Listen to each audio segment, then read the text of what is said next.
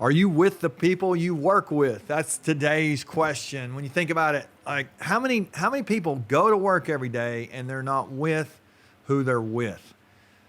Welcome to Chasing Greatness. We are talking this month about this idea of together is better. And I think yes, it's true financially, like we talked about last week on the show.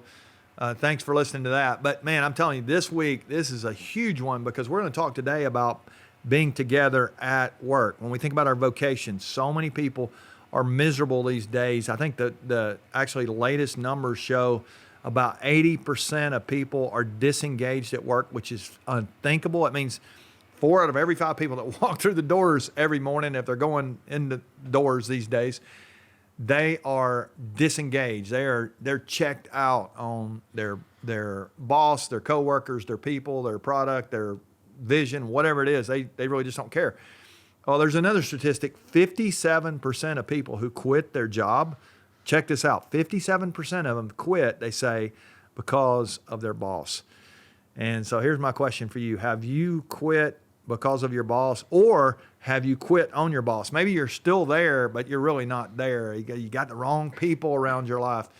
It's important for us to really think through who we're working with, not just like what we're doing, but here's the bigger question. Maybe it's like, who is it with and who's it for? So let's dive into that as we think about it. So I want you to think about several levels of your vocation, of your work, and each of these has to do with the people that you work with. One of them is that leader that you work with. Now, there's 2 sets of people listening right here. Some of you are being led by someone. Most of you are probably being led by someone. You're accountable to someone in your organization. But there's a lot of you that are listening right now. You are who everybody else is accountable to. You own the business. You are an executive. We work with so many people. They're executives, and they own companies and own businesses. They lead teams. And the truth is, you've got to think about this. If you're the leader, like what kind of environment are you creating for people? Are you creating a place where people are being filled up, they're being energized, you're adding value to people rather than extracting value from them? But for those of you who are on the other side of that, you're in a company, you're working for someone, you're being led by someone. Who are you working for? Who are you working for? It's really important for you to go back and remind yourself that you are in charge of your career. You get to choose your boss. Your boss may or may not have chosen you, probably did choose you. But the truth is, you get to choose your boss too. And for some of us, you get an opportunity, if you choose to change bosses, or maybe some of you even need to fire your boss. You think, I hope I don't get fired. If you're hoping you don't get fired, you're probably in a company where you might need to go ahead and fire your boss. You might need to fire your boss and choose another company. Now, it's not always the right thing for you to leave. I'm not saying you need to. I don't know. But I'm telling you, if you're miserable at work, and it's not because of the work, it's because of the people, why are you on that team? There are so many great places you can work, so many good cultures you can be a part of. And I can't imagine working on a team where I don't like the people I work with. Now, you may be thinking, do you actually get to work with your friends? I've done that my whole career. I've never been at a place where I didn't like the people that I worked with. I mean, life is too short to be with people every day, all day long that you really don't like. I mean, why do you not like them? Is there something about them that, they don't, there's no affirmation, there's no encouragement, there's no validation for whatever. I mean, there's some of those things that you may not like that.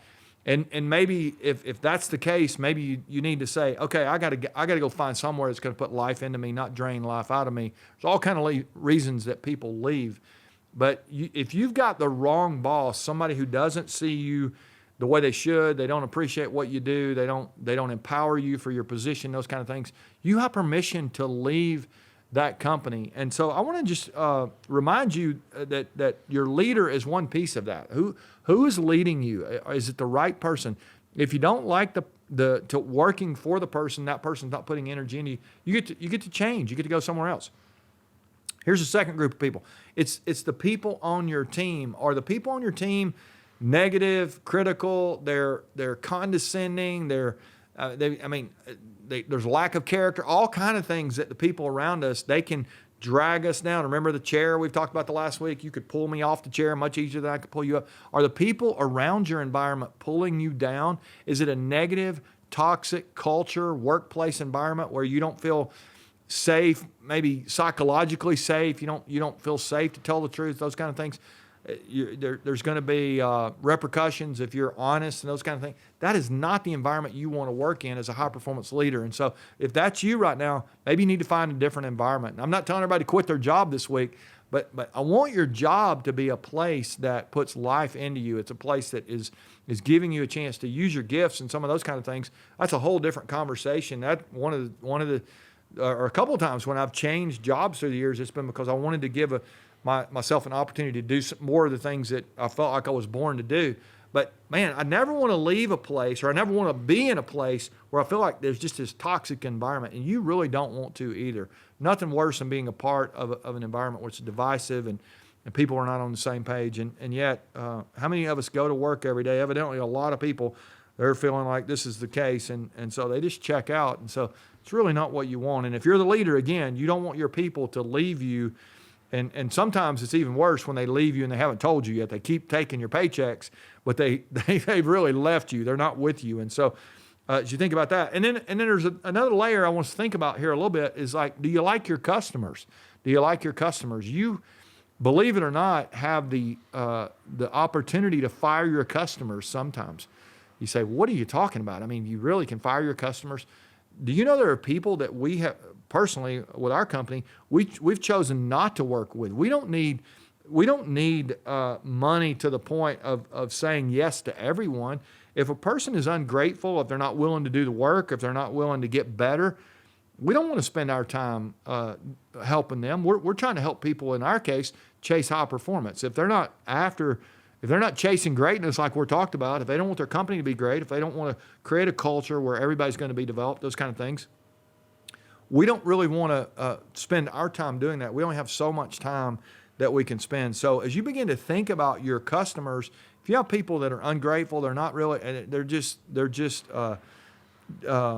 really against what you're doing, you want to make sure that you're feeling permission to say, you know what, we don't have to serve everybody. We need to have a servant mindset toward everyone. But if people are ungrateful, we really don't need to continue to put our resources into a place where it's not going to have maximum benefit. If you're in business, you're in business, one of the reasons is to make a profit. And so you want to make sure that you've got the people on your team are really energized by the people you're getting to serve with your team. So I think that's a good reminder. So let's think who before what. Not like what is the work. I want you to be in work that's meaningful, that you love, but I also want you to think about who's your boss, who's your team, who are you leading, and then ultimately, who are your customers, those kind of things. So let me give you a little list of some things that you would be able to filter the people around you through these, that I think actually would give you an indicator as to whether you're in the right workplace or not. I have people call me all the time. They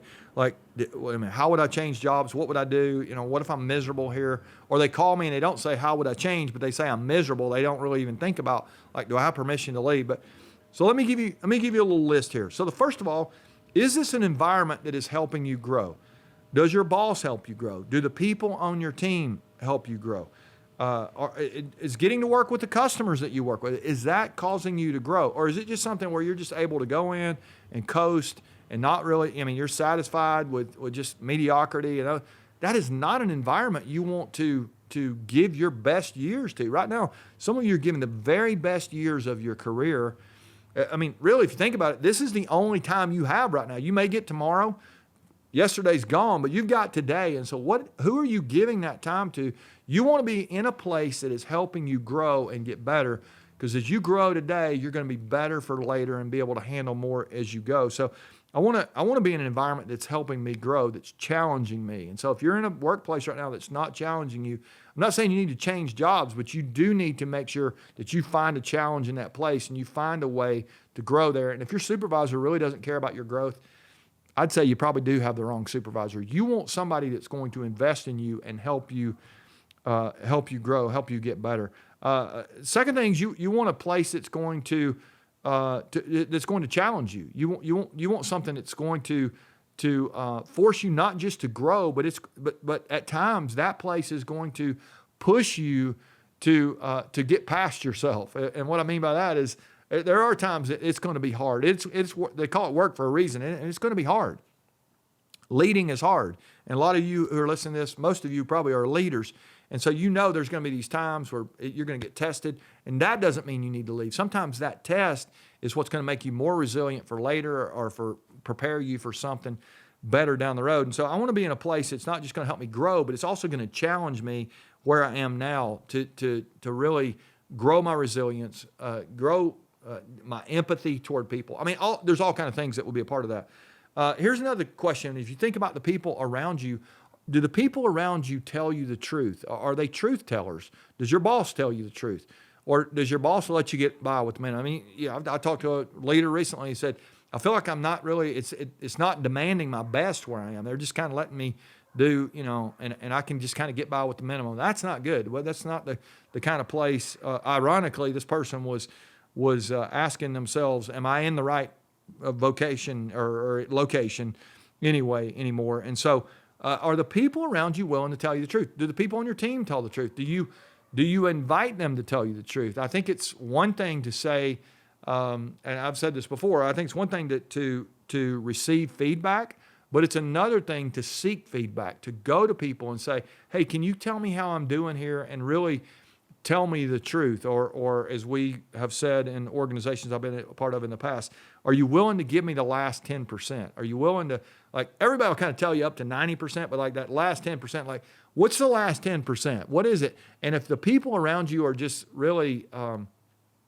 they're just letting you get by with everything, they're not willing to tell you the truth, not trying to help you get better, it may not be the best environment for you. So you got to decide that. But I want to make sure vocationally, I've got people around me that are telling me the truth. And I would even go, the next one would be, they're willing to hold me accountable. They're not willing to let me get by or slide by with less than my best. If you're going to chase greatness, you need people around you who are going to hold you accountable. They're going to call out the best in you. They're going to push you to your best. They're going to help you maximize your potential. That's what we're trying to do here. We're trying to, every week as we have this conversation, we're trying to help you maximize your life and go after, your very best. We want to help push that conversation along. But as you go into your workplace, you need to have people around you that are going to hold you accountable to your very best. And if you can build that team of people around you, all of a sudden you're going to find your performance is getting better. And then I would go back to your team for a second, and the next one here is this idea of who do you have around you that is helping you do your best work. And this would be a question of what I would actually call structure. What is the structure around you? Your structure should enable what you're trying to do. It should enable you toward your vision rather than inhibit your quest for your vision. So do you have the right people, the right structure around you? Do you have people who can do things that you can't do, or are you trying to do everything?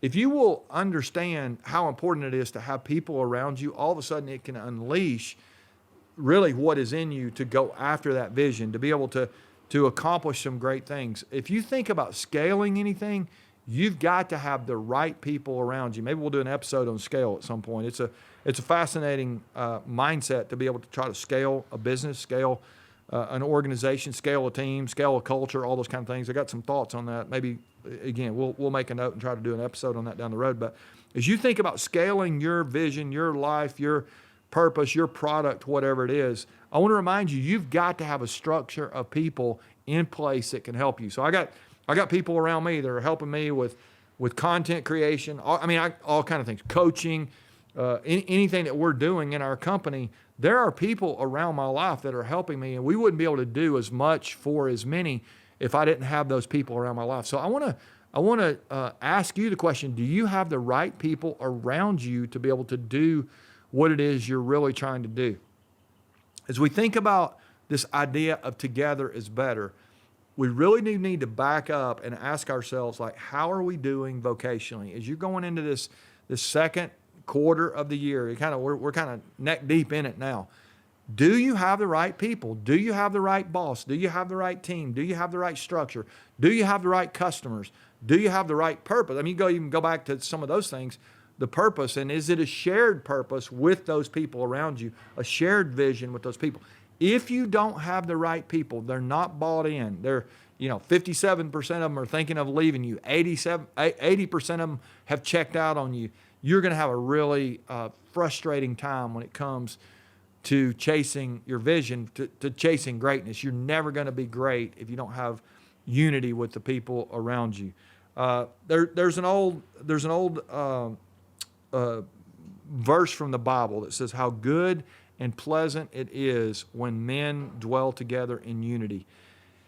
What it's saying there, the psalmist wrote that, I believe. What it's saying is that when you have people that are on the same page, when you have people that are aligned, men and women who are working together, they're rowing in the same direction, they're pulling in the same direction. Let's even use that visual of a tug of war. So when I'm a kid in elementary school, we're having PE class, we'd have one group on one side and one group on the other, and our PE teacher would put the rope there, and we're having a tug of war, and there's a little flag in the middle, and we're going to try to pull it over. And all of a sudden, we got the same class divided in half, and we're pulling against each other. As you think about what you're doing in your life, do you have a group of people around you and you feel like you're always pulling against your boss, always pulling against your team, always pulling and prodding and goading your customers to, or is it you've got everybody on the way we talk about it, everybody on the same side of the rope? Alignment with purpose, with vision, with values, systems, structures, all those things. You get everybody on the same side of the rope pulling together against the competition, not against each other. Now you have a chance to go after high performance. So the people around your life, they're very important. Your supervisor, your team, your customers, the people you lead, all those things, your peers. If you've got the wrong ones, it is going to feel like a tug of war in your life and in your leadership. And I just want to say one more time, you have permission to be on a different team. If you're not with the team you're with, it's time for you to get on a different team. If you are with the team, or if you've kind of gotten off kilter, I mean, you're with the right team, but you kind of let things go sideways, and there's some relationships, and you need to have some go have those conversations this week. I encourage you to do that. Go talk to people. Go make sure that you are on the same page. You are together. If you've got more and your boss is not asking for it, go offer it. I mean, that's what a high-performance leader does. They try to go give their best to their boss, whether their boss asks for it or not. You don't want your boss to have to ask for your best. If you're a high-performance leader, you're gonna push your stuff to the middle of the table, knowing the more I add value, the more I'm going to create value throughout our organization. So there's all kind of ways you can do that. But it starts by having the right people around you. If you don't have the right people, you may be in the wrong environment. If you're in the right environment with the wrong people, then you may need to change some people if you have control over that. But some of us don't have control over that. It may be time for you to change environments. And if that's the case, man, I encourage you to go for it and to be thinking about how that would go. Probably some people around you that can help you get where you want to go. But I also would say this, just one last, encouragement to you. If you are in the right place with the right people, but things are not right, do your part to change those things and to create that culture that it really needs to be. If you will, I think it'll make it not just great for you, but it actually make it great for everybody else. Because I'm believing that if you're struggling, probably some other people struggling as well. And a lot of times that does go back to the leader. If you're the leader, do your part to make it a place where people love to come to work. Because here's the reality. There are a bunch of people out there looking to come work at a place like that, or at least 80% of them don't seem to be engaged where they are. So let's make sure our places are places where people love coming. They care about what we're doing. They care about each other. And if we'll do that, I'm convinced the world will be a better place. We need leaders like that. So let's go keep pushing on it. Thanks for listening this week. I got a couple more that we're going to do on this Together is Better series. Got some really cool stuff coming up as we focus on this idea of the people around our lives and how they can help us physically. I got some really cool stuff that I've watched, and I'm going to get to share some of that with you. So you're going to want to be a part of next week's episode. In the meantime, hope you'll continue to share, push out our content, encourage somebody's struggling at work right now. They need to hear this. Push that out to them. Let's help somebody else grow this week as well. Keep chasing greatness. We'll see you next week.